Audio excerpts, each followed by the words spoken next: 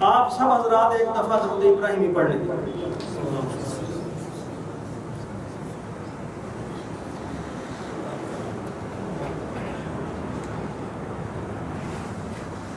درود شریف اس لیے پڑھا ہے کیونکہ جب ہم درود شریف پڑھتے ہیں تو یہ درود شریف حضور علیہ الصلوۃ والسلام کی وہاں پر خدمت میں حاضر کیا جاتا ہے. چونکہ مجلس ذکر ہے اور ہماری حاضری بھی رسول اللہ صلی اللہ علیہ وسلم کی خدمت میں ہو جائے. ہمیں ہر وقت درود شریف بھی پڑھنا چاہیے اور اللہ تبارک و تعالیٰ سے یہ دعا کرنی چاہیے کہ یا اللہ ہمیں روضہ رسول اللہ صلی اللہ علیہ وسلم پر حاضر ہونے کی توفیق عطا فرما.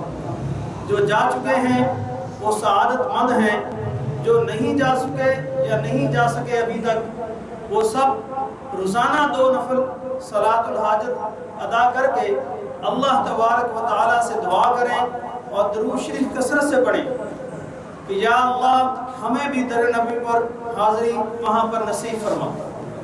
کیونکہ وہاں کی حاضری مال و دولت سے نہیں ہوتی، وہاں کی حاضری مال و اسباب سے یا وسائل سے نہیں ہوتی، وہ حاضری طلب سے ہوتی ہے.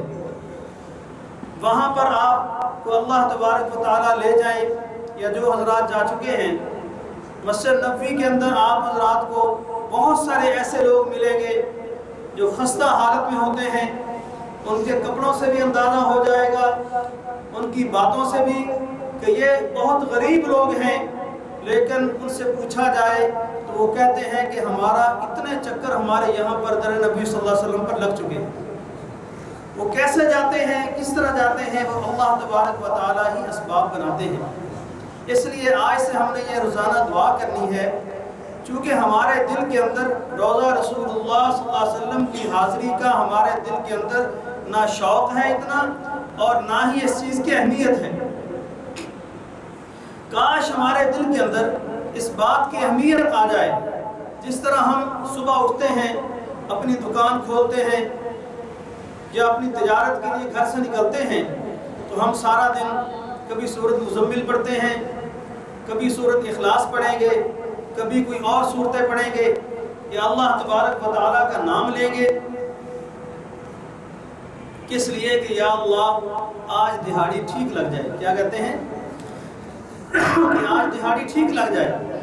اسی طرح کاش اگر ہم روزانہ درود ابراہیمی پڑھیں، درود شریف، اور 2 نفل حاجت کے پڑھ کے اللہ تبارک و تعالیٰ سے یہ دعا کریں کہ یا اللہ ہمیں در نبوی پر حاضری کی توفیق عطا فرما. تو میرے بھائیوں بہت جلد اللہ تبارک و تعالیٰ اسباب بنا دیں گے اور ہماری وہاں پر حاضری ہوگی انشاءاللہ. آج تو یہاں جامعہ مسجد ربانیہ کے اندر ہم بیٹھے ہیں، نبی علیہ الصلوۃ والسلام کا تذکرہ ہو رہا ہے، تو وہاں پر ہمارا نام، وہاں پر ہمارا ذکر خیر بھی الحمدللہ حضور علیہ الصلوۃ والسلام کی محفل کے اندر ہو رہا ہے. تو کاش ہم اللہ سے مانگیں اور اللہ تبارک و تعالی ہمیں وہاں پر لے جائیں اور جا کر جس طرح آپ حضرات نے سنا ہے کہ صبح 70,000 فرشتے حضور علیہ الصلوۃ والسلام کے روضہ مبارک پر آتے ہیں، 70,000 فرشتے شام تک درود شریف پڑھتے ہیں. شام کو 70,000 فرشتے چلے جاتے ہیں، دوسرے 70,000 فرشتے آ جاتے ہیں اور وہ صبح تک درود شریف پڑھتے ہیں. اور جو صبح کو چلے جاتے ہیں، قیامت کی صبح تک ان دوبارہ 70,000 فرشتوں کی باری نہیں آئے گی. لیکن انسان کتنا خوش قسمت ہے، اشرف المخلوقات میں سے اللہ نے بنایا ہے. لقد خلقنا الانسان فی احسن تقویم.